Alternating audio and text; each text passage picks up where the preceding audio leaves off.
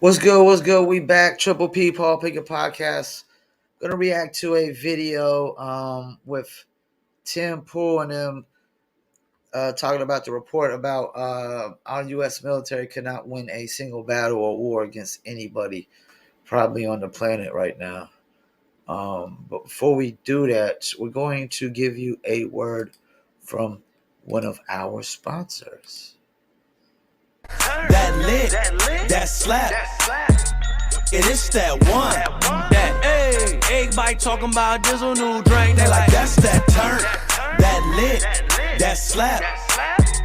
It is that one. That everybody talking about Dizzle new drink. They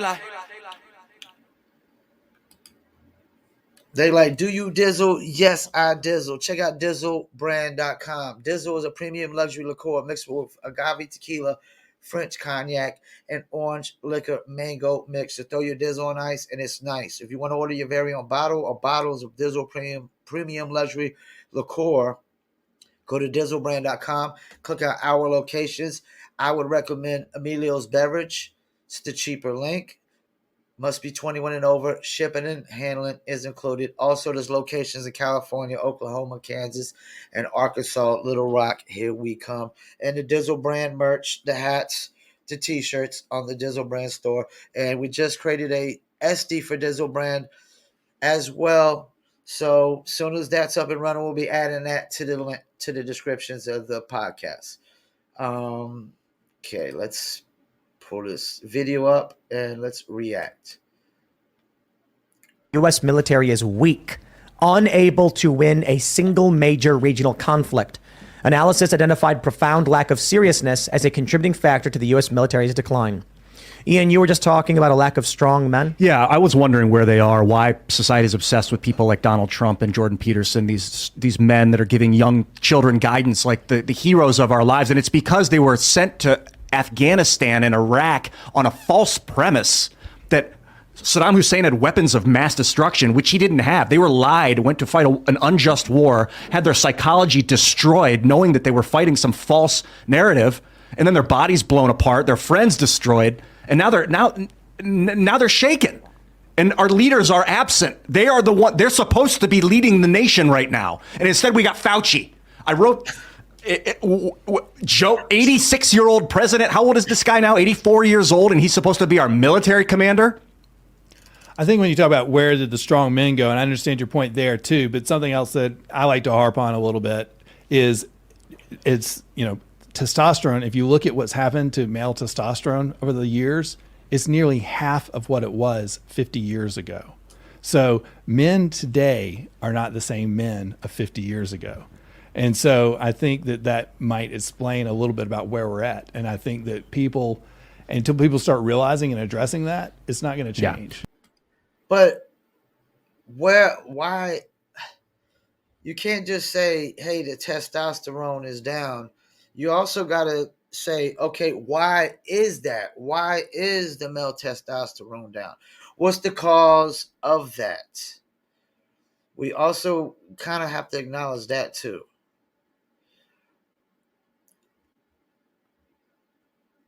20-year-olds have the same testosterone levels as 50 and 60-year-olds. Well, right now. PFAs, PFAs, phthalates, all of these PCBs. things. Yeah. I wrote about it.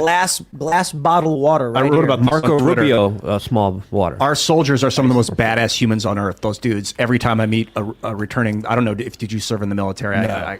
But every time I have an opportunity to talk to someone that's actually seen combat or experienced that it's so valuable to the human consciousness to understand what that is. And those people to put their lives on the line like that, but to have gone through a false war. I mean, I don't know would you call that a false flag? If the government says he has weapons of mass destruction, you go in, he doesn't. Yeah, they said they had bad info. George Bush Jr. is like, we had bad intelligence. Well, you know what? It's on you, George. They didn't even go through a false flag. They just claimed it was, and then it wasn't. It was like the next level of false flag. Well, there was people within the government that came out and said, "Hey, there's no WMDs here." They were silenced. They were shunned. They were threatened. There was media organizations. There was activists coming forward. Hey, this is not true. This is not happening. Shunned. Silenced. They should have just come out and been like, ladies and gentlemen, Saddam Hussein is trying to trade oil in euro. And then people would be like, huh? We need you to mobilize like stormtroopers and invade and conquer their land. Imagine how no one would have done it. People would have revolted. They would have said, no, we're not invaders, dude. You say that, but I don't know that they would have revolted. I think what you're saying is maybe the right thing, but I don't know that the people would have revolted. They would have worn the mask and done as they're told, like most Republicans did and quote unquote conservatives did, and shut down their country and done whatever the hell the government told them. People are sheep. Yeah. But that's with an excuse. Like if we told people the truth about Iraq, then they would not. There would You not could have have kind of had the truth on the pandemic early on. I guess my point is a lot of the people that even speak out and claim they're conservative, this, that, and the other, the vast majority of people are followers. This is because the pandemic rolls around and our male adult leaders are broken from their service in the military. Like this, those are the guys that are supposed to be in Congress right now running the show.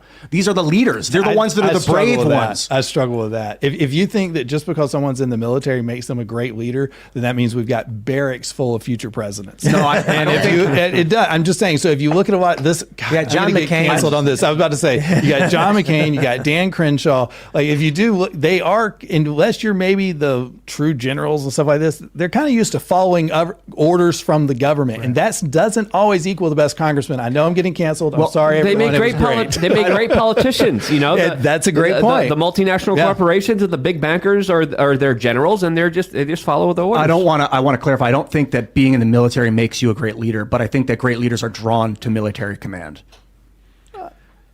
And when you find out that you've been commanding a military on a false premise and you've been kicking in doors in Fallujah and killing families, Okay, do you assume the same with the police, though? No, I don't know much. They're different systems to me. question. I think putting your life, going and willing to fight and kill people. But why are you I assuming that's what the mean, military is? yeah. See, Ian, you don't understand what the military is. is a killing Some machine. people are like, I want money. All right, I want to be subsidized. Yeah, let me pump the brakes. The Ian Cap, man, I mean, he's like Weird Al Yankovic right now. He's, he looked like he stuck his finger in a light bulb, and he's definitely, you could tell, conspiracy nut, or he always goes super hard on whatever it is. But I think he's a little out there with it. Just a little. Hold on. I mean, guys. Enlisted dudes. There's no one in this room who's a veteran. Okay, right? Not a single person. I stayed at Holiday Inn last night, though. And the most I can say is that I've spent a few months, a couple different times on military bases. But let me tell you, a lot of it is just administrative work. So assuming that someone joining the military, army, navy, whatever it is fighting is wrong. Yeah, but like, or some they're in people command are or in like a support of the regular fighting. child It's most one or of the the other. time. Yeah, but bro, someone might be like a refrigerator repairman in Nebraska. That's dudes repairing are refrigerators the for the whole troops in time, Afghanistan like- that are killing. No, dude, come on. Or I- they're keeping the administration the going. point I'm trying to make is, Or the war machine. when you say that, if you want to make a point about people who have seen combat, it's different from the military in No, general. I'm talking about command structure, basically.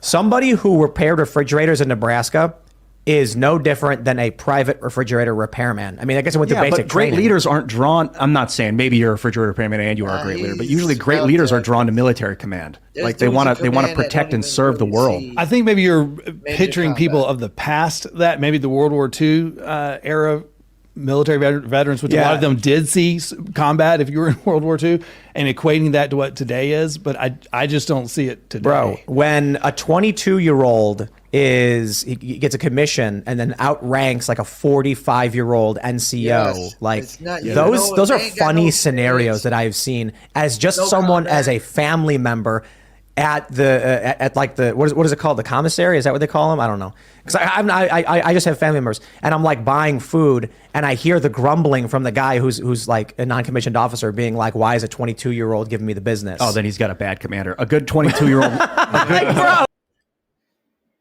I don't think they're really getting down to the nitty gritty of why our army is weak. I think they're going with the theme of, we went to war on false premises, and people just don't trust, fighting for this country anymore. But it's more than just that. It's also the military. For a while now has been a last resort when somebody can't get into college or get a specific job, the Army will always take you. It's always been a last resort. It's always been, it's for a while now, it's been used as a tool to just get into college. And when you go into the Army as a last resort, you're not really, thinking about, I got to protect this country one day, maybe, like when my grandfather went into the Army on the time before him, people were going into the Army because they thought it was an honorable thing to do. Now people just go. Most people that go in the Army aren't going in the Army because they think it's honorable. They're just going because they need a paycheck. That's what. And Tim Pool's right. Like, it's, unless you're going to war, it's like a regular job. These dudes are mechanics, cooks. They're just doing regular jobs that regular civilians would do. They just happen to be doing them for the military and wearing military uniforms while they're doing them. I think my grandfather was a mechanic the whole time he was in the military, got out of the military after 20 years and was a mechanic at some other spot. A guy who's been a cook in the Army is not going to get out and, unless he got some college education, he's just going to get out and be a cook somewhere else, more likely, or maybe a truck driver, who knows, but still got to go to truck driver school, get CLDs, all that, And if he didn't learn that in the Army, then, that's the thing. Some people learn that in the Army. They learn these trades in the Army, and they just, it's like a regular job, man. But other countries, it's not like that. That's why BTS, the Korean pop singer group, they're going to the military for like 3 or 4 years because Korea requires you to go to the military. China, some of these countries require you to go there 3 or 4 years and be trained already with military combat and stuff of that nature. But America, we're not like that. And then this is the only country where everybody's running around saying, I hate the freest country on the planet. The richest country, the freest country, and we're the youngest. We're young, rich, and free. America is young, rich, and free. You know what I'm saying? Youngest country, freest country, richest country. Everybody's running around. We hate it. We hate it. We hate it. Because our history is bad. You know what? Every country on the planet has good history and bad history. Get over it. Smooth. It's time to move on, man. Pump the brakes, man. Every country has bad history. Every single country has bad histories. So, yeah, our Army probably is weak. I think also you got the too much inclusion and into the military, which also goes to show you it's they're making it no other than nothing. They're just turning it into like an office job, this equality inclusion in the military. It's the military. Like, I don't want scared little bitches going to war to protect my freedoms.